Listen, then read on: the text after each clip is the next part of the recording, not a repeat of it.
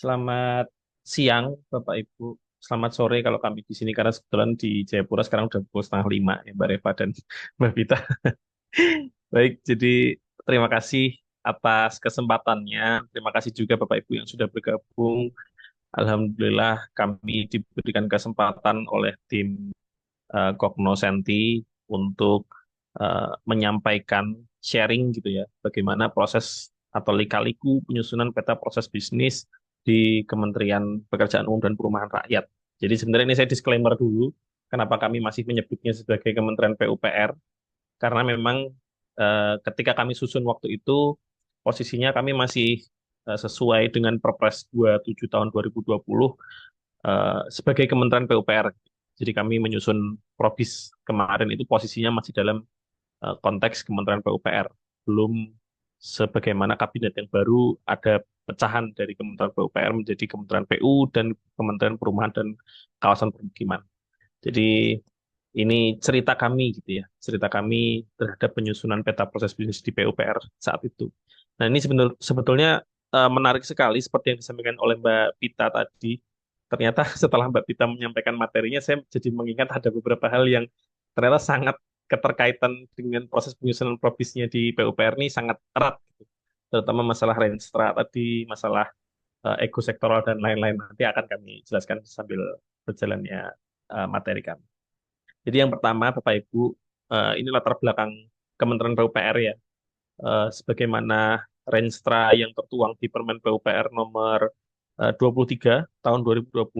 Jadi target utama Renstra kami, core bisnisnya Kementerian PUPR itu terbagi menjadi beberapa sektor. Yang pertama terkait dengan sumber daya air yang ditindaklanjuti dengan adanya Dijen SDA, lalu konektivitas terkait dengan Dijen Bina Marga, permukiman terkait dengan Dijen Cipta Karya, dan juga perumahan nih terkait dengan Dijen Perumahan.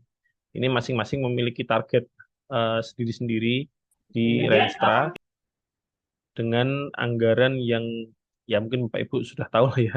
Kementerian PUPR selama beberapa tahun kebelakang menjadi salah satu kementerian dengan anggaran yang paling besar karena memang eh, target pembangunan infrastrukturnya juga cukup besar gitu. Jadi memang anggaran kami sejak tahun 2020 itu berkisar di antara 120 hingga maksimalnya 146 di tahun 2024. Di tahun 2025 ini agak berkurang karena mungkin memang secara kementerian ada perubahan, tapi masih besar juga.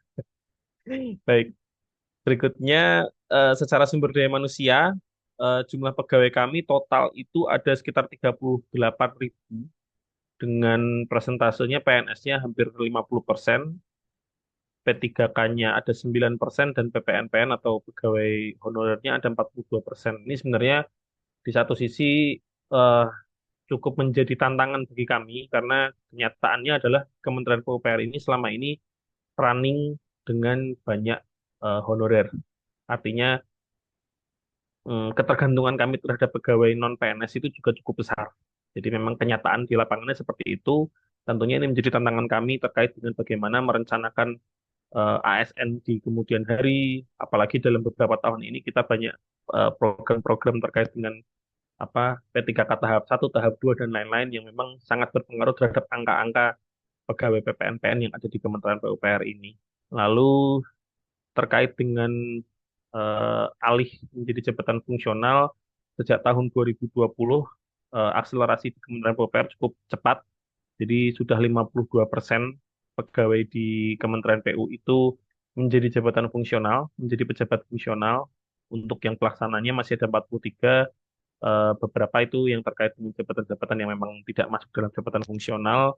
Lalu berdasarkan unit organisasinya, seperti yang Bapak Ibu bisa lihat, ini 5 besarnya adalah honor-honor teknis, seperti yang sebagaimana tadi ada di Renstra, di Bina Marga ada 14.000, di Dijen SDA ada 11.000, lalu di Cipta Karya ada 5.000, di Perumahan ada 1.900, dan di Dijen Bina Konstruksi ada 1.600. Sisanya teknostruktur seperti Sekjen, Ijen, dan badan-badan yang ada di Kementerian PUPR. Nah, ini eh, kami izin menggunakan istilah mungkin kalau kemarin saya bingung juga ya membagi membagi ceritanya ini seperti apa. saya coba mengambil istilah yang ada di film, biasanya apa namanya, karakter ini dipakai oleh penulis film untuk membagi cerita di dalam mereka menuliskan naskah filmnya gitu ya. Jadi yang pertama babak awal, biasanya kalau di film babak awal ini perkenalan eh, pelaku-pelakunya seperti apa, proses apa yang terjadi di awal sekali ketika cerita itu terjadi. Nah, kalau di penyusunan provisnya Kementerian PUPR sendiri, itu sebenarnya sudah dimulai sejak tahun 2021. Jadi kami membentuk tim perumus proses bisnis yang berasal dari seluruh unit organisasi yang ada di Kementerian PUPR yang memiliki kompetensi terhadap strategis dan holistik di bidang PUPR. Jadi memang kami saat itu mengambil sampel dari seluruh eh, pegawai di unit organisasi yang memiliki kompetensi terhadap Kementerian PUPR secara keseluruhan. Nah, itu sudah tugasnya sudah di SK-kan oleh SK Sekjen nomor 351 tahun 2021. Eh, Sejak awal sekali kami juga sudah bekerja sama dengan Cognoscenti dari timnya Mbak Pita, mungkin dulu masih Mbak siapa selain Mbak Pita ya. Sampai di akhir 2024 Mbak Pitanya masih ada, teman-temannya udah berganti. Jadi memang ini Cognoscenti ini yang membersamai kami sejak tahun 2021 sampai dengan tahun ini. Ya, jadi mengerti keseluruhan alur atau bagaimana cerita penyusunan proses bisnis di Kementerian PUPR. Awalnya kami menyelenggarakan workshop dengan tujuan penyeragaman persepsi. Jadi seluruh tim perumus itu kita workshop dulu, seperti yang disampaikan Mbak Pita tadi, bagaimana terkait dengan proses bisnis, apa itu proses bisnis, bagaimana menyusunnya, pendekatan apa yang dipakai, tujuannya seperti apa, dan lain-lain. Nah, setelah itu kami membagi tim perumus itu menjadi beberapa kelompok dengan tetap memenuhi unsur keterwakilan dari masing-masing unit organisasi. Kemudian dilakukanlah penggalian informasi dari tim perumus. Nah, ini mungkin salah satu yang cukup sulit saat itu adalah karena kita benar-benar istilahnya nol nol banget gitu ya Bapak Ibu. Jadi kita benar-benar tidak punya gambaran seperti apa proses bisnis itu. Terus tiba-tiba kita minta ini ada kertas kosong, silakan Bapak Ibu tim perumus menggambar, dibantu oleh tim fasilitator dari Cognoscenti saat itu. Jadi memang saat itu mungkin gambarnya masih sangat beragam, masih tidak terbatas dengan apapun karena masing-masing memiliki persepsi tersendiri terhadap proses bisnis terutama di Kementerian PUPR. Dalam perumusannya kami tidak eh, mengikat pada satu alur atau satu sudut pandang tertentu. Nanti akan ada gambarnya di berikutnya. Lalu setelah ada perumusan peta prosesnya, mungkin Bapak Ibu sudah beberapa kali mengikuti. Setelah penyusunan peta prosesnya, kami terus lanjutkan sampai dengan peta subproses, peta lintas fungsi, peta relasi, dan lain-lain.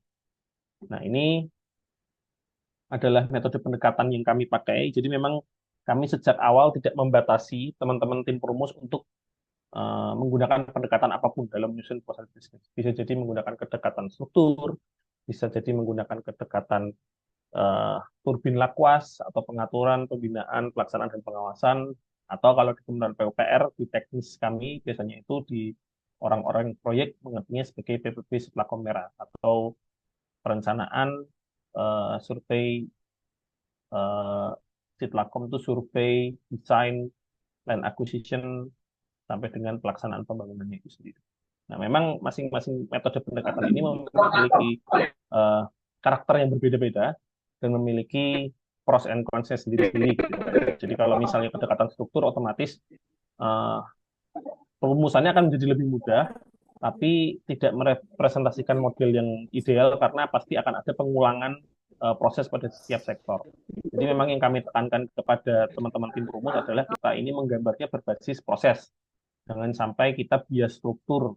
Jadi kita minta Bapak Ibu tim perumus ini semuanya untuk hmm, sedikit mengesampingkan strukturnya gitu supaya proses yang kita gambarkan ini nanti tidak saling tumpang tindih. Karena sebenarnya kalau kita lihat misalnya SDA Bina Marga Cipta Karya Perumahan, mereka sama-sama memiliki proses pembangunan infrastruktur hanya beda-beda sektor. Kalau misalnya kita menggambarkan berdasarkan kedekatan strukturnya atau kedekatan sektornya, artinya kita menggambar SDA sendiri, Bina Marga sendiri, Cipta Karya sendiri, perumahan sendiri. Pak Bintang, Yang mohon maaf artinya itu suaranya memang beda mulai sektor yang pecah-pecah. ada atau cuma beda yang dibangunnya aja. Yang Oke, mohon maaf, tadi suaranya sekarang pecah-pecah. cukup jelas, Mbak. Sudah jelas Ya, kembali. Terima kasih. sekarang udah jelas ya? Jelas, Pak. Terima kasih, Pak. Silakan. Sekarang udah jelas, Mbak? Maaf. Sudah, Oh sudah. ya, oke. Ya, jadi seperti itu Bapak Ibu. Em, Kami berusaha untuk membuat proses bisnis ini menjadi cukup ideal gitu ya, karena eh, ini proses bisnis yang pertama kali kami susun. Sebenarnya kami selama ini bekerja sebagaimana kita bagaimana bekerja aja gitu, tapi tidak ada proses bisnis yang pernah dilegalkan di Kementerian PUPR. Lalu metode penunjukan narasumbernya kami itu eh, pertamanya sampling dulu, terus nanti purposif. Jadi kita menunjuk, oh setelah proses ini siapa yang menguasai apa yang akan disampaikan di dalam penyusunan propis tersebut. Next. Nah, ini prinsip penyusunan probisnya sebagaimana mungkin Bapak Ibu sudah membaca di Permen 19 tahun 2018 ya.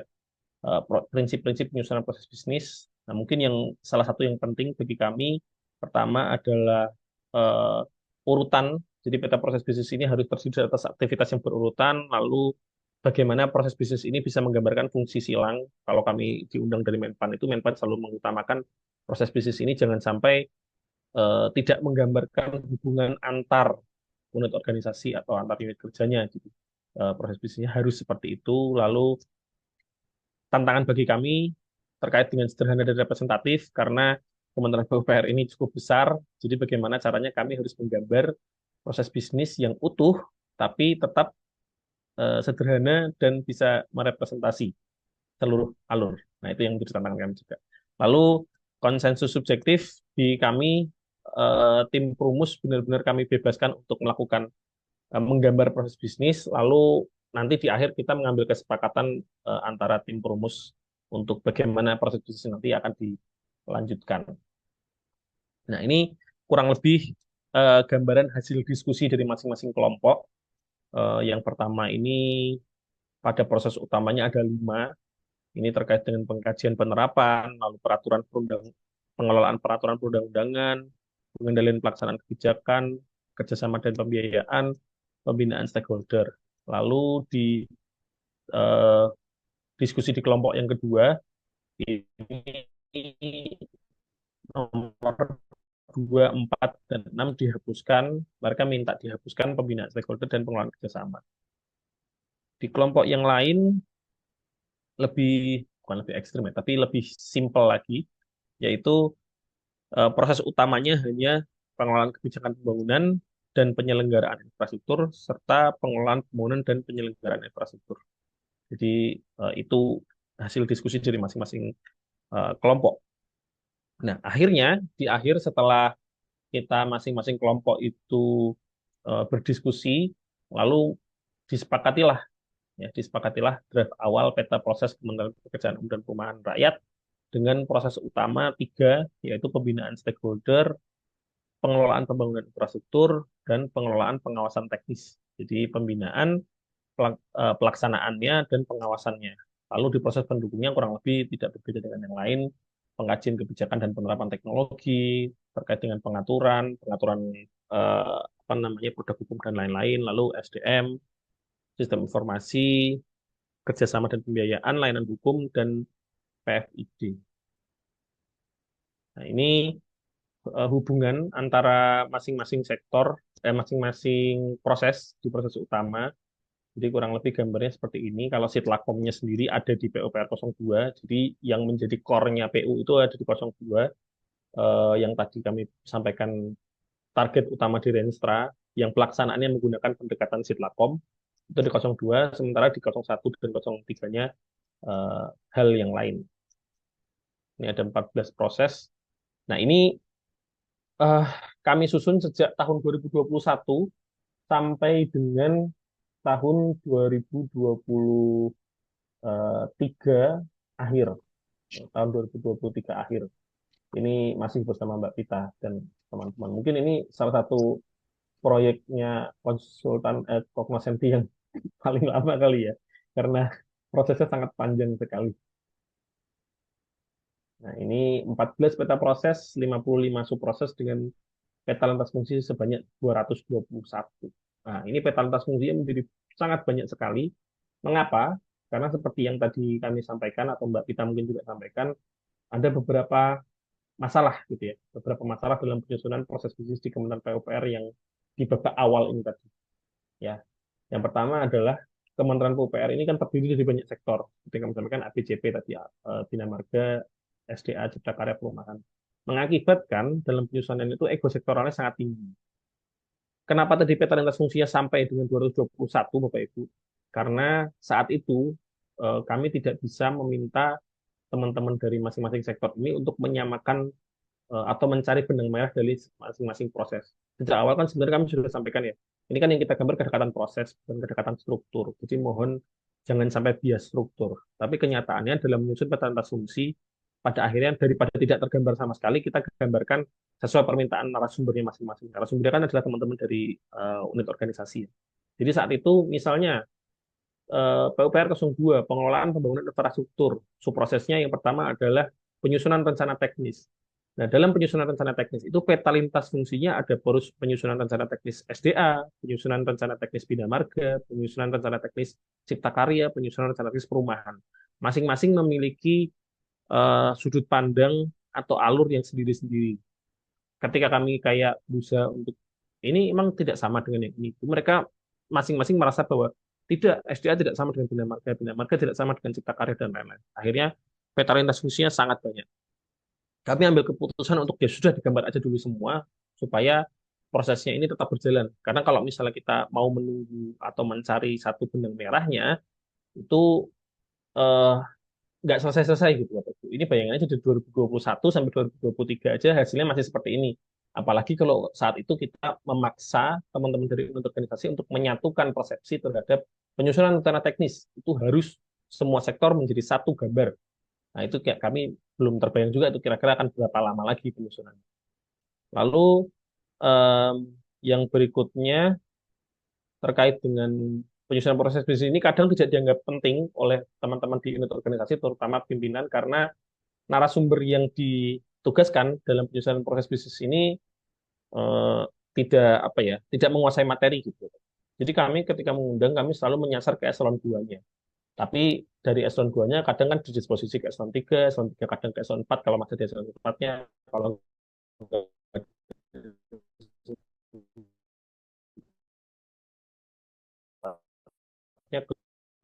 jagungnya terkadang bukannya apa ya, bukannya melihat eh, struktur atau misalnya tinggi tidaknya gitu ya, Pak. Cuman kadang yang dikirimkan itu jabatannya apa atau jagungnya selevel apa tapi tidak menguasai materi. Lalu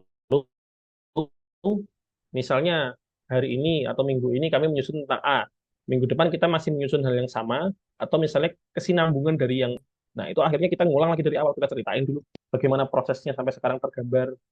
Akhirnya baru beliaunya melanjutkan. Kadang yang melanjutkan pun juga masih nggak ngerti atau ketika mereka mengerti tapi mereka tidak setuju dengan apa yang digambarkan oleh temannya di minggu lalu. Nah, itu akhirnya terus menjadi apa ya, menjadi masalah dalam penyusunan proses ini sejak 2021 sampai dengan 2023. Lalu tidak terdapat sosok yang dapat leading atau menjadi leader dalam penyusunan proses bisnis ini karena ya mungkin bagi pimpinan masih saat itu belum belum menjadi perhatian gitu Bapak Ibu. Lalu ada desakan akan perubahan proses bisnis ini yang dikhawatirkan berdampak pada struktur existing. Ya, hal ini terjadi ketika misalnya ada beberapa pegawai dari unit organisasi atau unit kerja yang merasa bahwa eh, harus nambahin proses ini karena ada struktur ini. Gitu. Nah, itu yang sejak awal kita berusaha untuk hindari supaya yang kita gambarkan adalah kedekatan prosesnya terlebih dahulu, baru nanti apakah dari proses tersebut menjadi di tidak lanjutin dengan bentuk struktur atau tidak itu adalah urusan yang nanti. Jadi bukan karena ada strukturnya maka prosesnya harus ada supaya menggambar proses bisnisnya menjadi ideal.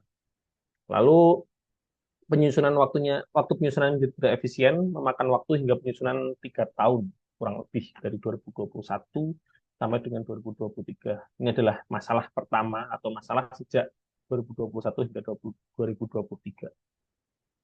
Selanjutnya, nah selanjutnya ini sebenarnya adalah kalau di film itu low point, climax, and resolution ini sebenarnya adalah yang berkesinambungan. Low point ini di mana biasanya karakternya itu mulai drop, mulai tidak punya semangat, mulai eh, apa ya, tidak menuju klimaksnya ini pasti ada masalah dulu nih sama si karakternya.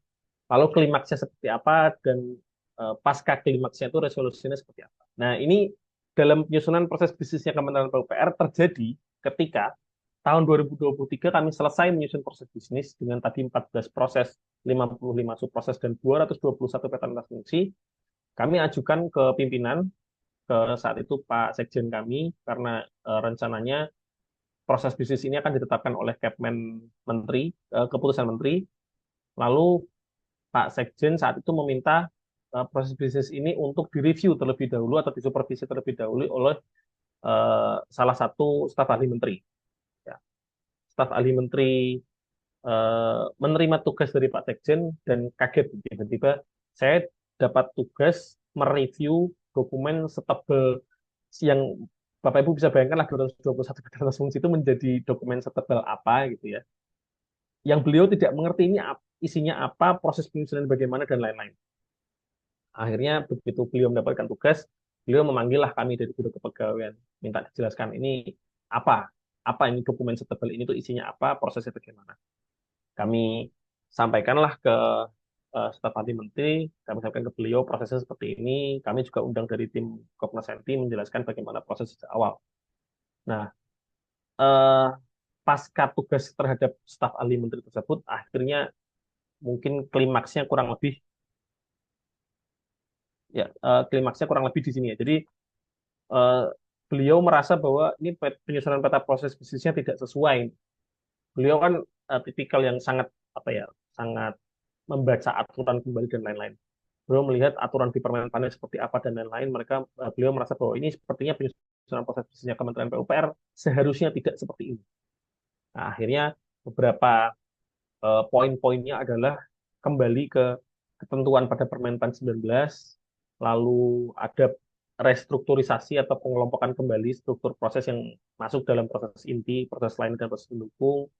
Lalu yang nomor tiga ini yang masalah tadi ya, menggabungkan peta lintas fungsi yang penerapannya berlaku pada lebih dari satu unit organisasi. Jadi beliau tidak mau tuh dari 221 peta lintas fungsi, Rentek SDA sendiri, Rentek Bina Marga sendiri, Rentek Cipta Karya sendiri, beliau tidak mau. Beliau bilang bahwa ini kan kita bicara provisnya Kementerian PUPR.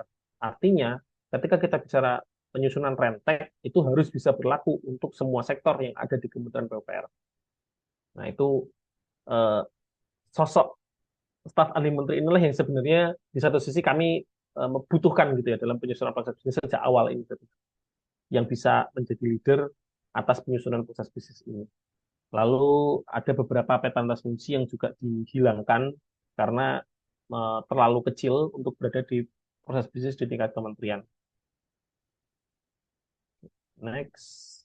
Nah, akhirnya setelah setelah proses supervisi dengan eh, beliau berubah menjadi hanya ada satu. Ini hanya ada satu apa namanya, proses utama atau proses inti di Kementerian, di proses bisnisnya Kementerian PUPR, yaitu pengelolaan pembangunan infrastruktur. Jadi Sitlakomnya ada di PUPR 01.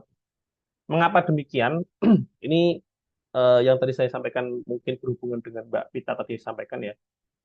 Beliau sudut pandang yang beliau gunakan adalah bagaimana ada di Permenpan 19 itu di batang bukunya menyatakan bahwa proses bisnis ini seperti apa.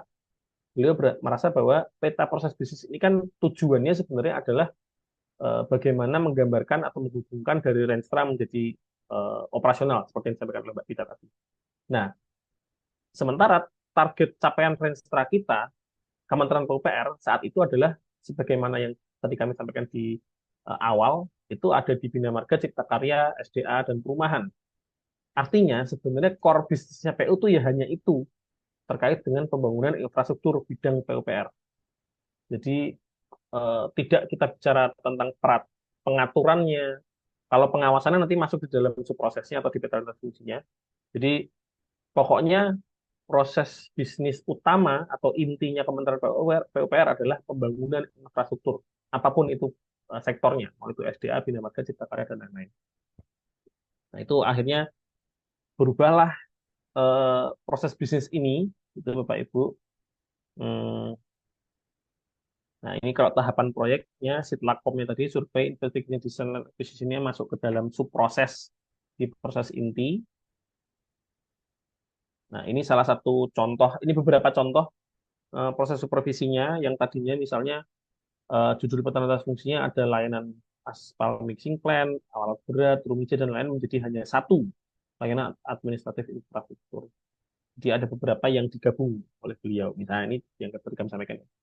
Di PUPR 0201, CFM 01, itu eh, perencanaan teknis bidang PUPR sumber daya air, perencanaan teknis bidang PUPR Bina Marga, perencanaan teknis bidang PUPR Cipta Karya, perencanaan teknis bidang PUPR Perumahan. Ini adalah yang kami gambarkan sebelum eh, beliau bergabung dalam proses supervisi ini. Nah, Oh, setelah emang. beliau bergabung eh, menjadi satu, yaitu perencanaan teknis dan pemrograman infrastruktur.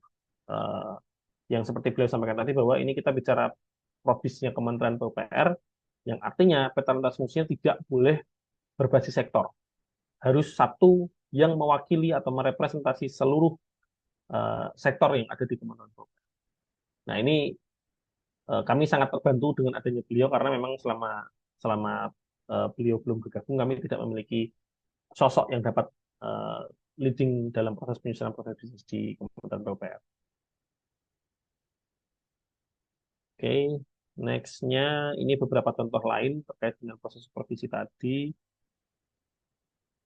Nah, ada juga beberapa yang kami hapus karena memang baik karena apa namanya kedalamannya terlalu detail. Ini jatuhnya jadinya harusnya SOP gitu ya, bukan lagi jadi proses bisnis atau memang ini tidak menjadi bagian dalam proses bisnisnya Kementerian PUPR.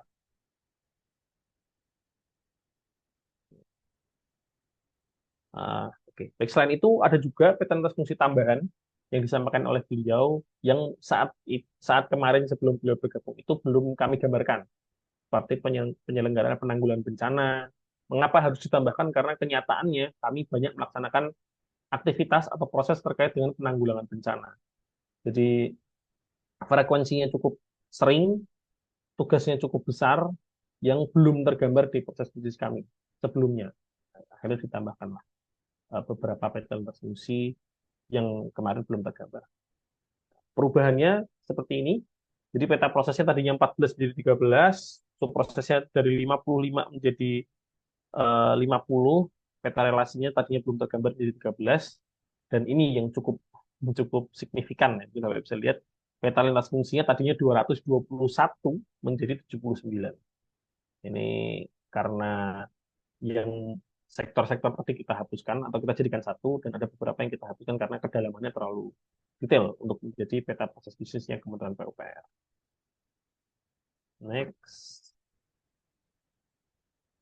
Nah, ini peta proses bisnis ini juga menjadi rujukan, sudah menjadi rujukan pada penyusunan peta proses bisnis di tingkat unit organisasi. Salah satu contohnya adalah di Direktorat Jenderal Bina Marga.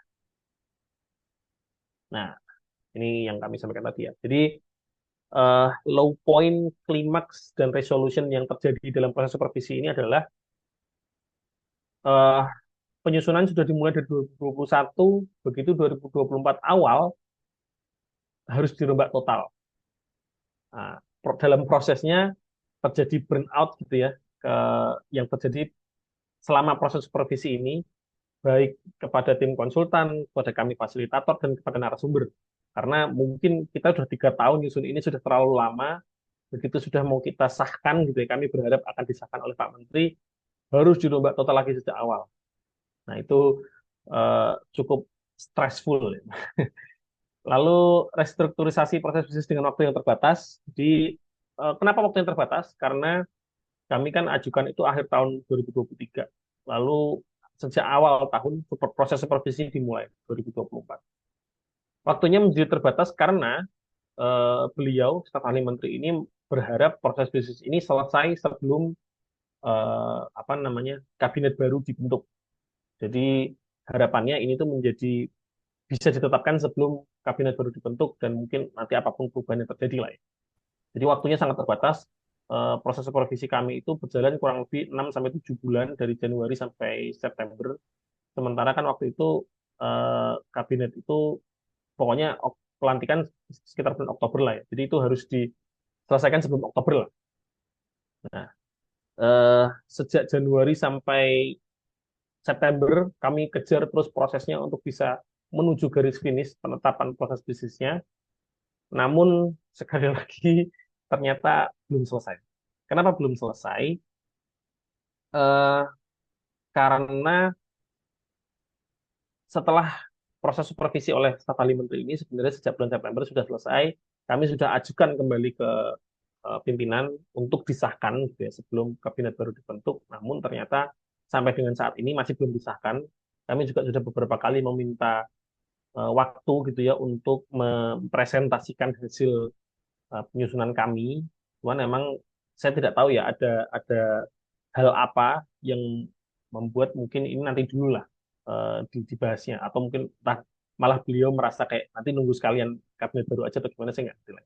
Jadi memang sampai saat ini proses bisnis PUPR, proses bisnis Kementerian PUPR itu belum disahkan. Itu juga ini saya agak khawatir nih kok tiba-tiba diundang Menpan lagi karena tiap 2 bulan kan kami diundang Menpan. Menpan pasti akan menanyakan target atau progres gitu ya. Sementara sejak awal tahun kami udah bilang penetapan, penetapan, penetapan, tapi sampai sekarang masih belum ditetapkan juga. Jadi, namun ya mungkin dengan kondisi sekarang karena kementerian kami juga salah satu kementerian yang apa namanya terdampak dari proses kabinet baru, jadi mungkin bisa kasih alasan dikit bahwa ini kita harus evaluasi dulu sebelum penetapan karena kan kementeriannya berubah.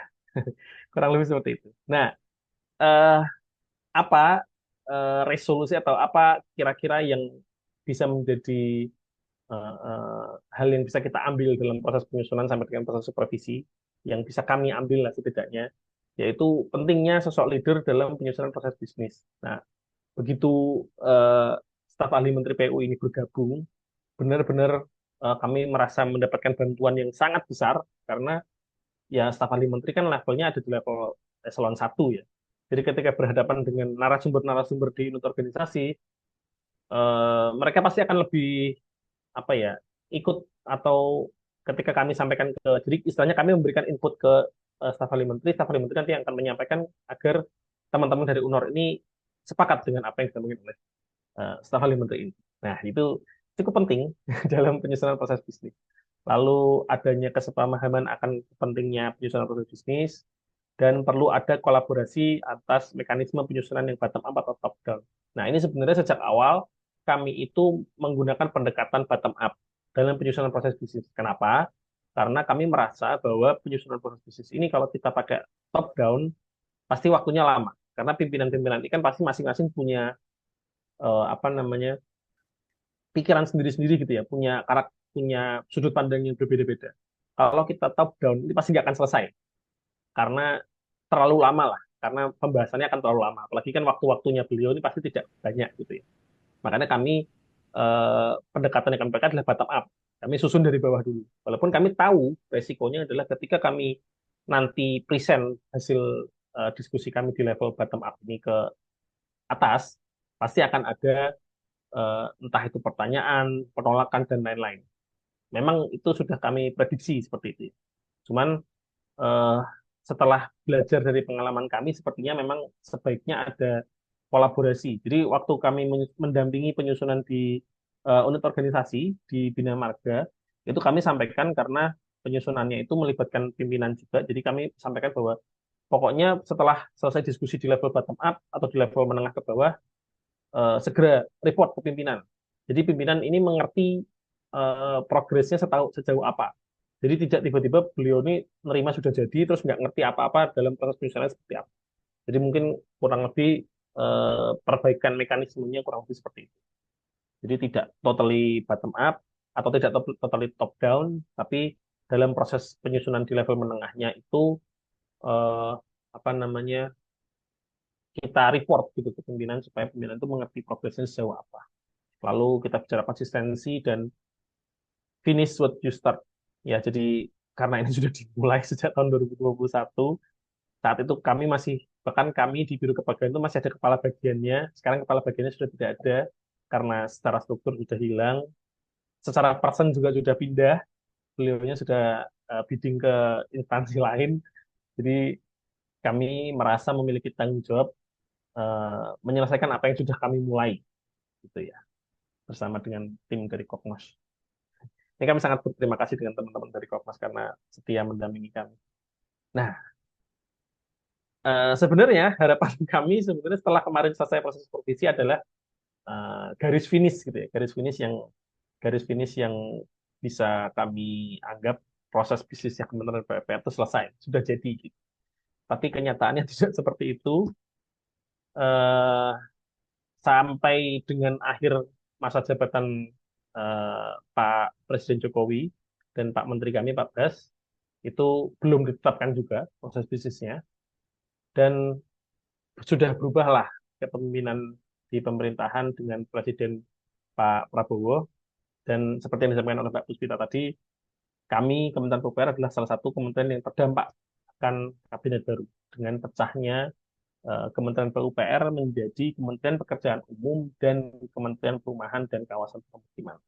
Nah, ini adalah babak baru sebenarnya bagi kami, baik kami, ini saya sih statusnya masih di Kementerian Pekerjaan Umum ya, karena belum belum proses apa namanya pemindahan ASN dari Kementerian PU ke Kementerian Perumahan dan Kawasan Permukimannya belum totally selesai.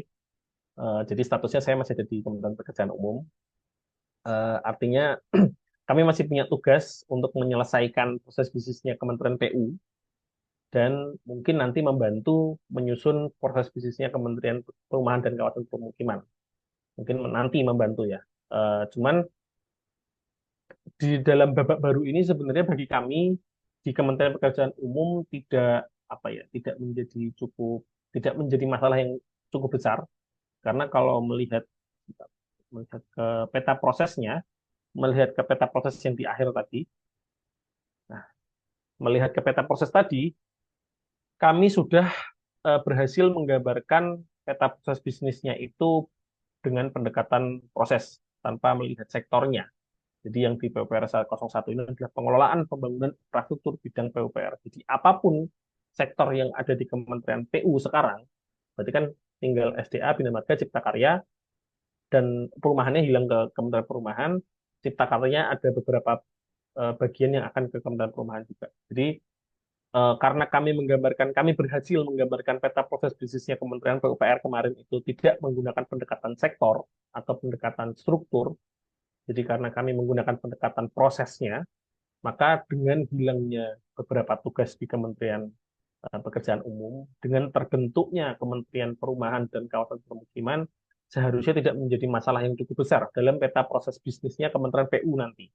Karena di dalam PUPR 01 ini ada 4 peta subproses terkait dengan perencanaan teknis dan pemrograman, pengadaan barang jasa, pelaksanaan dan pengendalian, dan pengelolaan OP infrastruktur. Yang artinya tetap akan tidak ada perubahan ketika perumahan menjadi kementerian sendiri atau kawasan permukiman menjadi kementerian sendiri. Jadi bagi kami di Kementerian PU yang perlu kami review kembali adalah memastikan dalam peta lintas fungsi atau dalam peta relasinya nanti pelaku-pelaku yang melibatkan eh, Dijen Perumahan yang saat ini sudah tidak ada dengan kemarin itu sudah keluar Permen PU 1, Permen PU 1 tahun 2024 itu adalah SOTK-nya Kementerian PU, Kementerian PKP-nya belum. Jadi memang sudah tidak ada Dijen Perumahan dan lain-lain lah ya. Jadi yang perlu kami lakukan review adalah kami perlu memastikan dalam proses bisnis kami saat ini di Kementerian PU itu keterlibatan unit kerja atau unit organisasi Dijen Perumahan atau unit-unit lain yang sudah tidak ada di Kementerian PU tidak tergambar di proses bisnis kami. Tapi untuk gambaran alur proses, eh, gambaran secara umumnya seharusnya sudah tidak menjadi masalah. Karena seperti yang kami temukan tadi, penggambaran kami tidak menggunakan pendekatan sektor atau struktur. Nah, bagaimana dengan Kementerian PKP nanti? Bagaimana dengan Kementerian PKP?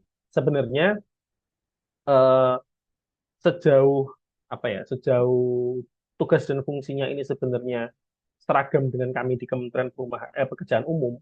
hanya mungkin sektornya yang berbeda, sektor di perumahan dan kawasan permukiman, sebenarnya proses bisnisnya harusnya kurang lebih bisa sama.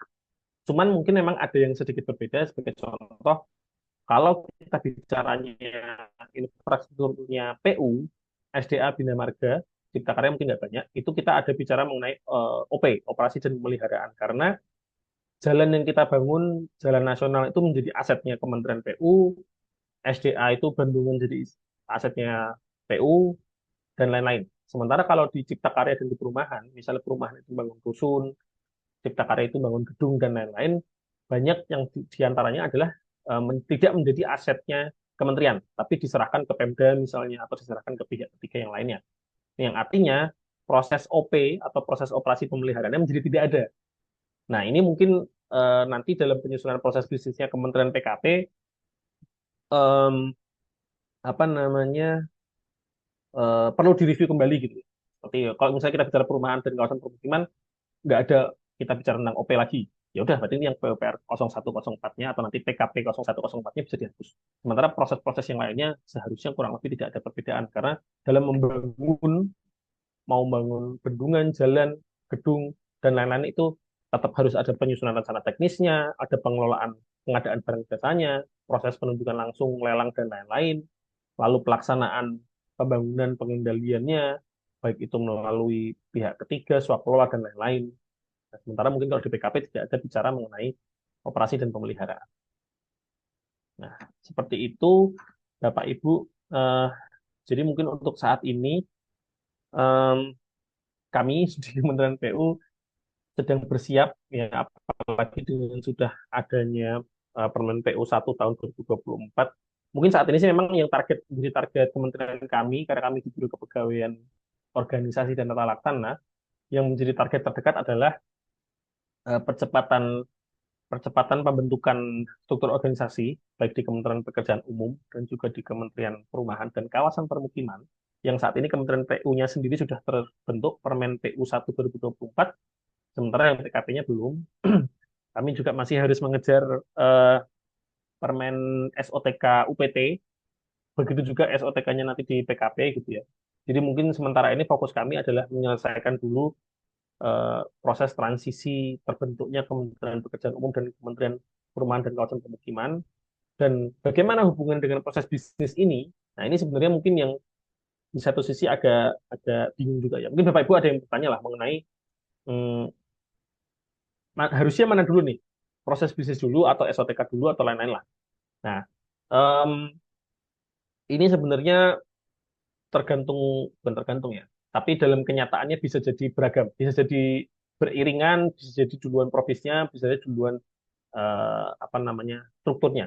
Cuman kalau dengan adanya proses bisnis Kementerian PUPR kemarin yang memang belum ditetapkan, gitu ya, memang belum ditetapkan, tapi dalam penyusunan SOTK-nya Kementerian PU, kenyataannya profis kami dipakai.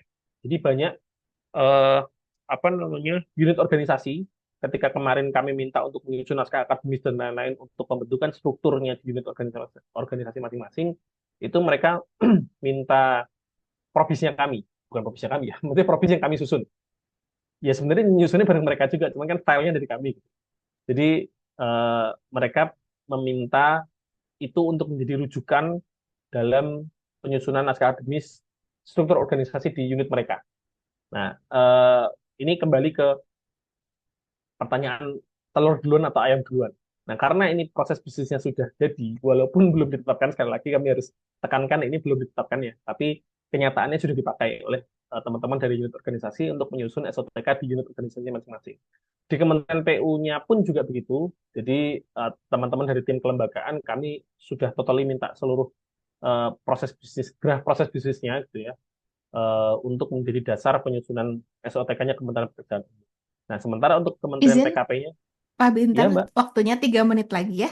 Oh ya, sementara untuk Kementerian PKP-nya, memang sampai saat ini proses pembahasannya belum belum kami belum belum terlalu mendalam ke sana, karena kami fokusnya ke Kementerian PU dulu. Nah, sementara kalau Kementerian PKP-nya bagaimana? Seperti kami sampaikan tadi, kalau secara tusi Kementerian PKP-nya ini sebenarnya seragam dengan Kementerian Pekerjaan Umum, hanya beda sektornya saja. itu seharusnya bisa pakai proses bisnis yang kurang lebih sama dengan yang kami buat kemarin di Kementerian PUPR. Jadi proses bisnisnya bisa sama, nanti strukturnya dibentuk berdasarkan proses bisnis yang sudah kami susun. Cuman ya tadi perlu kami sampaikan tadi kayak misalnya operasi dan pemeliharaan kalau di Kementerian PU karena memang ada tugas itu, karena asetnya menjadi asetnya PU, maka itu terimplementasi menjadi apa namanya struktur misalnya di SDA itu ada Direktorat OP. Sementara nanti kalau di PKP otomatis karena tidak ada OP-nya tidak dibentuklah struktur OP-nya itu tadi. Seperti itu. Jadi eh, kurang lebih seperti itu Bapak Ibu cerita penyusunan probisnya Kementerian PUPR kemarin dari 2021 sampai dengan 2024 di semester kedua satu setengah lah. Namun saat ini babak barunya adalah kami akan melakukan review terhadap provisnya Kementerian PUPR menjadi provisnya Kementerian PU dan nanti otomatis juga membantu penyusunan provisnya Kementerian Perumahan dan Kawasan Permukiman. Mungkin kurang lebihnya itu Bapak Ibu eh, terima kasih sudah mendengarkan curhat saya. Oke, nah sekarang sudah tiba waktunya kita untuk berdiskusi. Nih, saya bacakan yang sudah ada di kolom chat ya, Mbak Ita dan juga Pak Bintang. Ini adalah pertanyaan dari Bu Weni, yang dari Kemendikbud. Selamat siang Bapak Ibu, Mas Bintang, Mbak Puspita. Saya Weni dari Kemendikbud, izin bertanya kepada Mbak Puspita dan juga Mas Bintang. Apakah lebih baik menyusun probis terlebih dahulu atau OTK terlebih dahulu bagi kementerian yang pecah? Ini ya memang sedang sedang menjadi isu hangat ya karena kementeriannya nama dan lain-lainnya berubah banyak yang pecah dan lain sebagainya. Bagaimana pendekatan penggambarannya? Terima kasih sebelumnya. Mungkin Mbak Ita dulu bisa menjawab, Mbak Ita. Silakan. Oke, boleh. Oke, sebetulnya kalau simpel jawaban saya relatif ya Mbak Reva atau Bu Weni tadi ya. Relatif. Jadi maksudnya dalam hal ini mungkin tadi sudah disinggung oleh Mas Bintang. Telur dulu atau ayam dulu gitu kan istilahnya. Nah, maksudnya kita lihat dulu kondisi organisasi kita saat ini. Nah, setahu saya sih dapat infonya itu pokoknya Desember ini itu paling lambat SOTK ya kalau nggak salah. Tapi memang apa namanya nanti diinformasikan oleh Menpan. Tapi memang setahu saya di beberapa klien yang saat ini saya dampingi itu mereka sama-sama, maksudnya saling apa ya namanya Desember ini OTK dan Desember ini pelantikan pejabat baru gitu. Nah, memang masih apa namanya saat ini sih mereka duluan SOTK ya, maksudnya SOTK range terlebih dahulu baru proses bisnisnya mungkin yang akan menyesuaikan di kemudian hari. Nah, tapi kalau misalnya kita bicara pengalaman saya yang sebelumnya, ada memang ketika membangun proses bisnis, ternyata proses bisnis itu juga bisa dibuat evaluasi organisasi. Mungkin itu nanti di next tahapan ya Mbak Reva. Maksudnya tindak lanjutnya nanti ketika misalnya dihitung secara raci matriksnya dan lain sebagainya, kita bicara mengevaluasi organisasi berdasarkan proses bisnis, ternyata misal proses bisnis yang dibangun itu adalah sudah menuju ideal gitu kan. Kan ada yang memang kita gambarkan realistis saat ini berjalan, tapi juga ada yang misalnya ideal. Nah, ketika nanti dievaluasi ternyata bisa jadi masukan lagi untuk perubahan SOTK itu sangat dimungkinkan. Jadi kalau menurut saya tinggal lihat kondisinya saja dari organisasi Bapak dan Ibu, tapi kalau setahu saya memang di Desember ini lagi dipacu untuk OTK dulu sih yang lahir mungkin proses bisnisnya yang menyesuaikan. Itu kalau dari saya. Oke, jadi menurut Mbak Nugraheni, Mbak Ita ya, disesuaikan silahkan dengan kondisi organisasi Bapak Ibu masing-masing, tapi pengalaman yang sedang berjalan saat ini, teman-teman yang sedang menyusun itu SOTK terlebih dahulu ya, Mbak Ita. Barangkali Pak Bintang mau menambahkan, Pak? Ya baik, terima kasih Mbak Reva. Ya untuk gue ini ya dari Kemendikbud karena Kemendikbud ini juga salah satu kementerian yang terdampak kabinet baru ya, ada pecahan. Mungkin kalau dari kami, kalau Kemendikbud apalagi sudah ada proses bisnis yang sudah disusun sebelumnya, sebenarnya jatuhnya lebih lebih mudah sih bagi saya, bagi kami menurut kami. Karena gini, mungkin jatuhnya tidak, misalnya Kemendikbud dipisah menjadi apa namanya, pendidikan dasar, apa sih kementerian itu ya, pokoknya pendidikan dasar dan lain-lain, terus yang diktinya sendiri misalnya. Nah, ketika kita sudah punya proses bisnisnya Kemendikbud yang dulu, misalnya yang sebelum dipecah, nah ketika nanti menyusun kementerian barunya itu bukan berarti kita harus menyusun provisnya kementerian barunya sih. Cuman saya pikir ketika sudah ada provisnya kan kita sudah ada gambaran alurnya. Kayak misalnya kalau kami bilang di Kementerian Perumahan itu kan salah satu sektor, salah satu unit organisasi yang ada di Kementerian PUPR dulunya. Alurnya kurang lebih sama dengan Dijen SDA, Dijen Bina Marga, dan lain-lain. Jadi ketika Kementerian Perumahan itu terbangun menjadi kementerian sendiri, dibangun menjadi kementerian sendiri itu alurnya sebenarnya tidak jauh berbeda dengan yang sudah ada.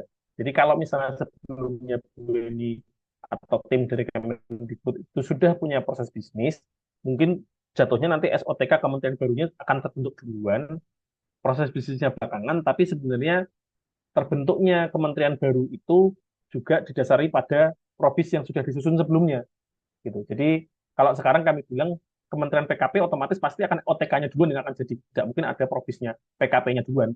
Cuman sebenarnya terbentuknya Kementerian PKP ini bisa jadi atas dasar provisnya Kementerian PUPR karena kami sudah pernah menyusun gitu, Kementerian PUPR yang tadinya perumahan dan kawasan permukiman itu menjadi bagian dalam prosesnya kami.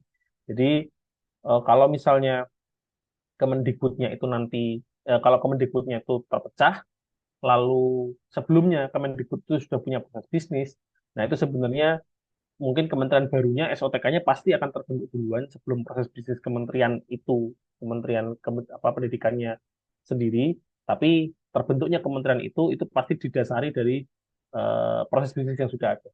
Itu kalau contohnya di kami, memang sampai saat ini Kementerian Perumahan dan Kawasan Permukiman belum jauh apa ya berdiskusi dengan kami di Biro Kepegawaian terkait dengan proses bisnisnya PUPR. Tapi memang sejak awal tim kami kan bikin kayak tim transisi gitu, ya. Tim transisi antara pemisahan dari PUPR ini menjadi Kementerian Pekerjaan Umum dan PKP.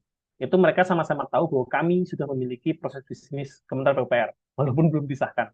Nah, itu menjadi dasar dalam penyusunan baik SOTK-nya Kementerian PU dan SOTK-nya Kementerian PKP.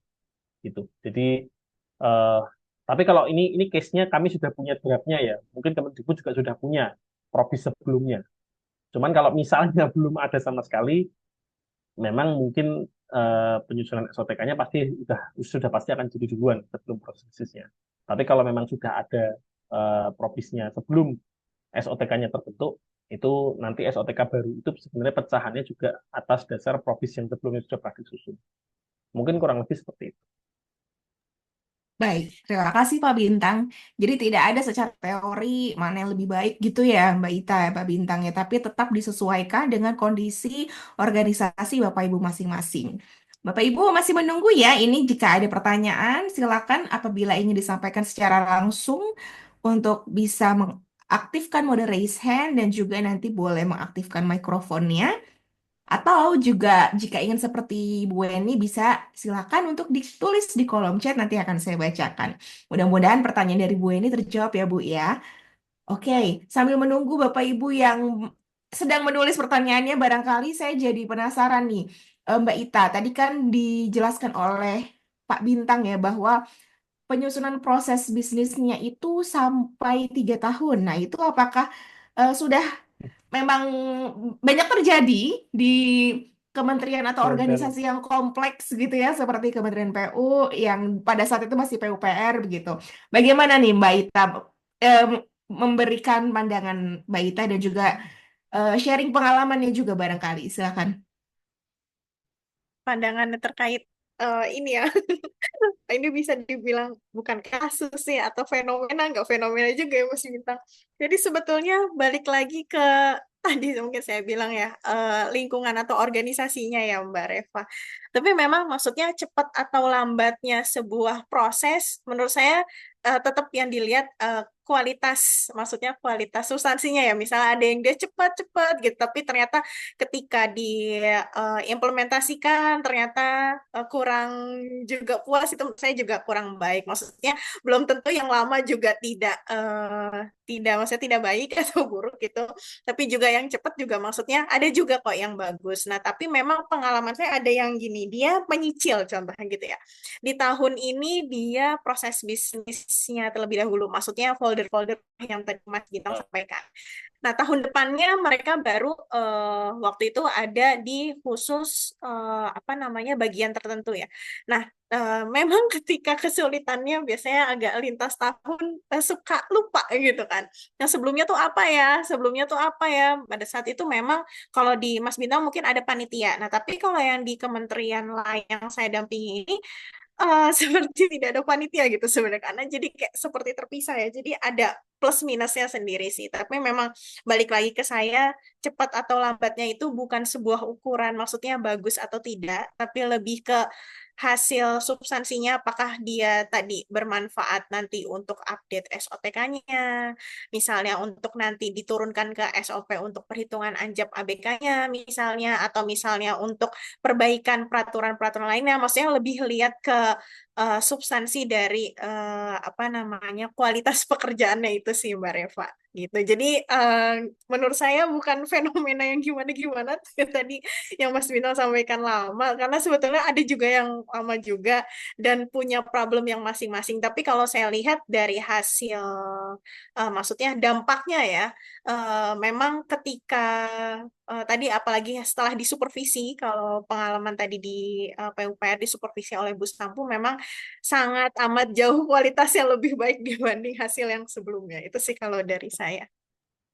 Berarti sama-sama pembelajarannya adalah perlunya decision maker barangkali ya, ataupun sosok leader begitu ya, untuk bersama-sama membersamai penyusunan peta proses bisnis ini, karena dia akan berjalan bisa setahun, 2 tahun, atau 3 tahun, dan tetap kembali pada akhirnya tetap kualitas yang utama begitu ya, Mbak Ita dan juga Pak Bintang.